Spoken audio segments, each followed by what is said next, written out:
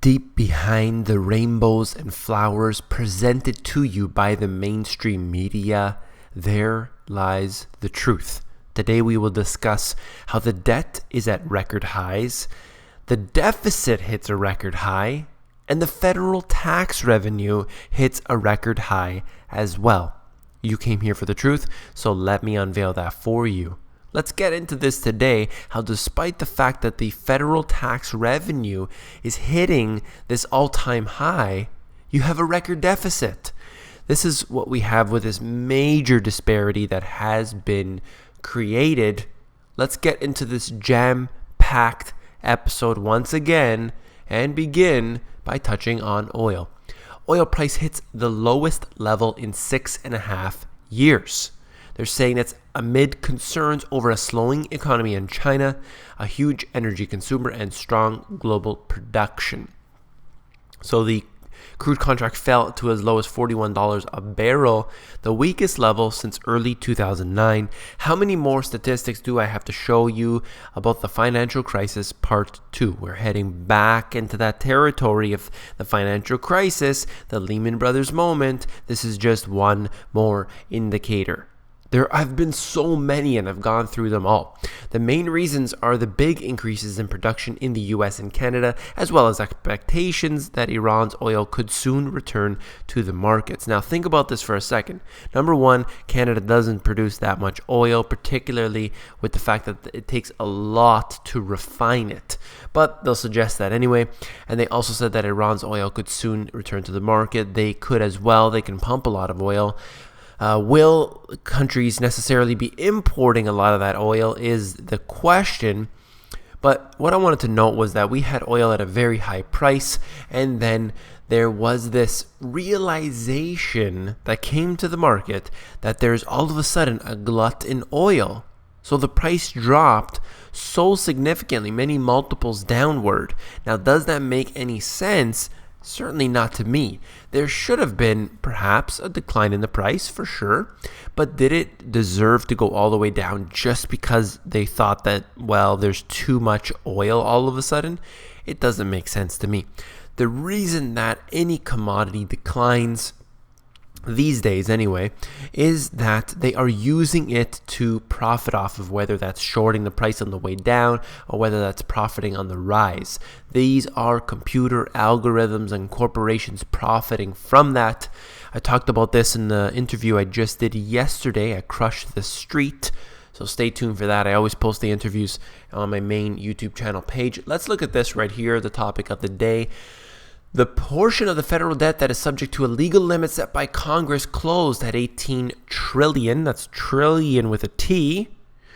And what they said here was that makes 150 straight days the debt has been at near this limit of 18 trillion.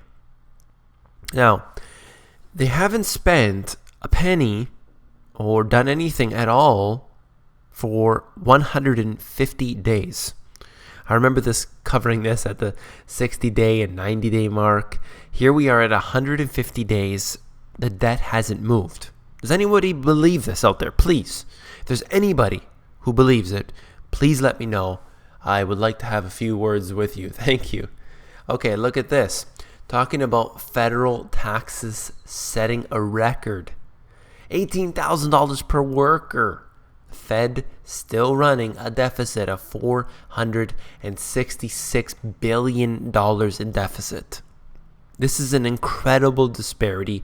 It's not supposed to be happening, but in fact, you'll see, the more that they get from their federal taxes, the more deficit they'll run. It's contrary to, your common sense, but this is the way it works. The more debt they get into, the more debt they have to get into. And it is just unbelievable the way this works. The fundamentals are being turned over on their heads. It's pretty amazing to see this, to know all of the historic data, and to really think that this is all going to waste in such ways because of the manipulation. Let's look at this, what I wrote about in my book.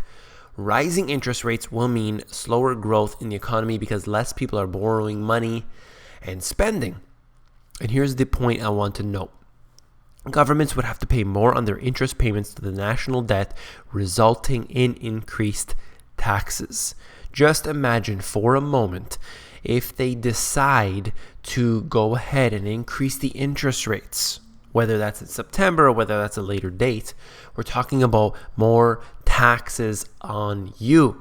Where are they going to get the money from? They have to tax the public. That's all they know how to do is increase taxation. They don't necessarily increase sales tax or something that you could see before your very eyes. They use it on the little taxes here and there. They introduce the carbon taxes, but they hide those carbon taxes throughout the purchases of your food. So all of a sudden, if buying a chicken is a pollutant, they hide that within the price of the chicken, and you have to then pay a higher price for it. You don't necessarily see it before your very eyes, but it's there. That's the way they do this. They could increase the different rates that you have to pay on land transfer taxes and buying homes and buying particular products. They do this all the time, and it is something that really hides behind the main activities. Out of the Financial Times, revenue authorities need to be more vigilant in monitoring the super rich, according to the research that called on many of them to improve their scrutiny of the richest taxpayers.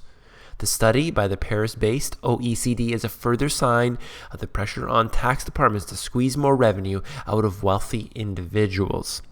Okay, the wealthy individuals, who are they talking about? Are they talking about the Warren Buffetts and the Bill Gates of the world? No, absolutely not. They're talking about people who are earning $125,000 a year. Now, those people are doing all right, I'm sure, but they are the ones who tend to employ other people. They are the small business owners. They are providing jobs.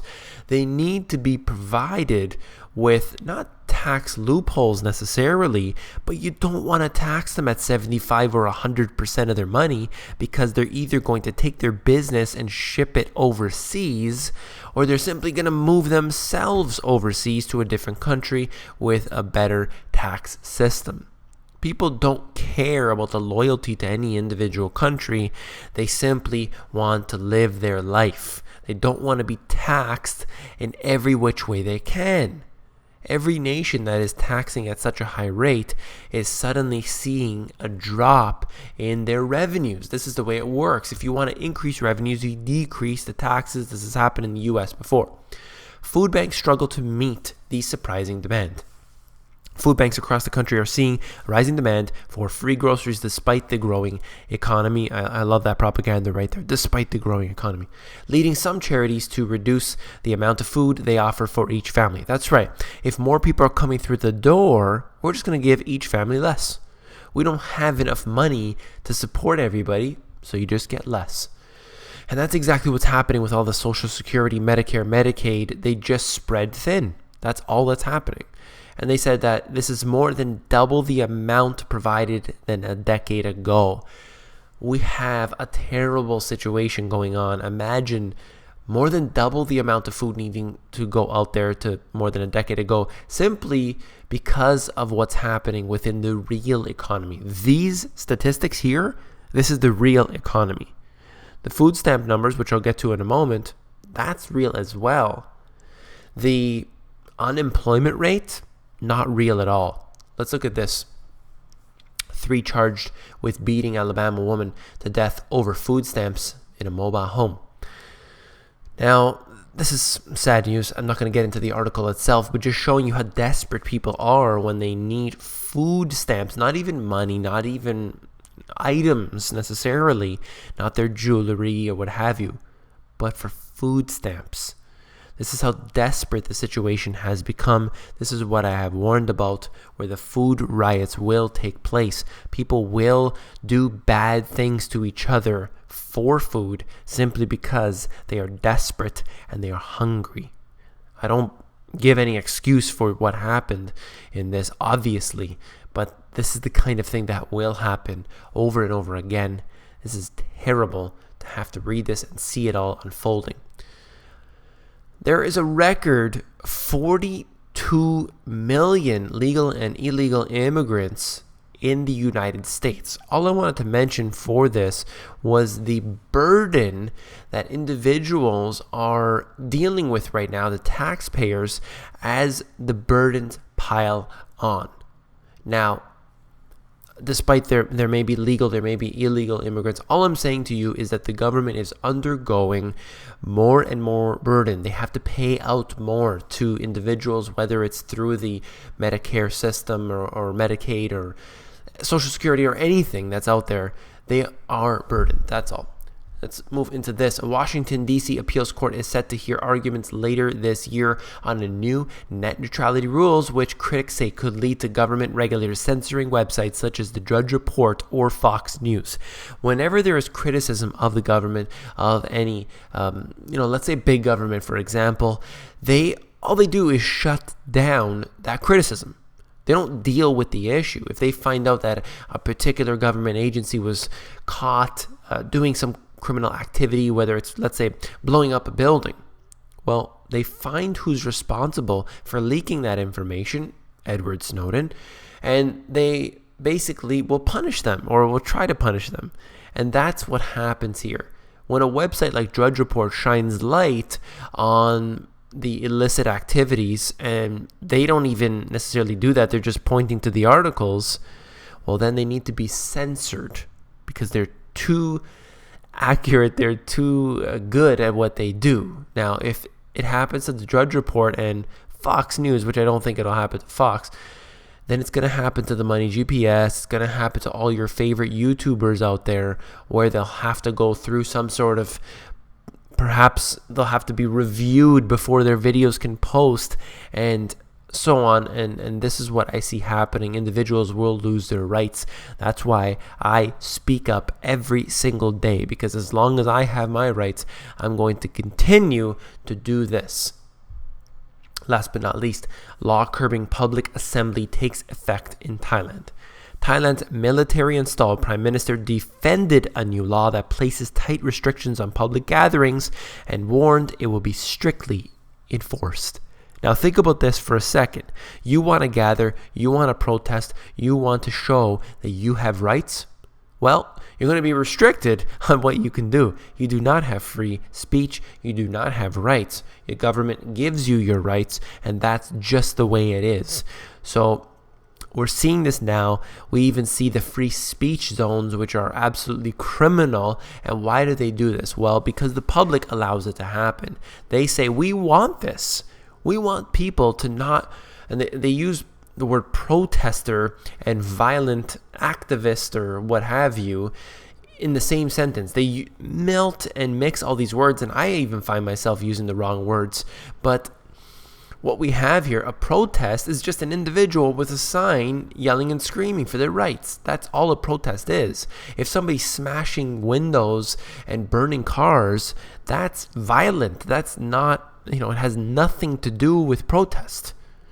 So it gets all mixed in. I understand why they want to have some protections. Obviously, people do tend to loot and riot, and there are also obviously provocateurs that take place, and this is what happens. Anyway, I just wanted to note this information, that our freedom of speech is being taken for granted, number one, and being abused as well. So if you found this video informative, please give me a thumbs up. I just wanted to say, for my last video, I received so much positivity. I truly appreciate that very much. I will get back to as many of the comments as I possibly can. I even, if I could just reply thank you to the comment, then that's what I do. I try to just, get this system going. I hope that you see that I'm one of the most active YouTubers in terms of replying to the comments out there. A lot of people don't even reply to any of their comments, or rarely you see them on there. I try to reply as literally as many as I possibly can, because that's what this is all about. It's about informing, about sharing information. So I hope that you do appreciate that. Last but not least, if you found this video informative, I know you'll find my book even more informative. And you can actually flip through the book. If you go over to Amazon, they have this look inside feature, which allows you to flip through the book to see if you like it for yourself. Take care.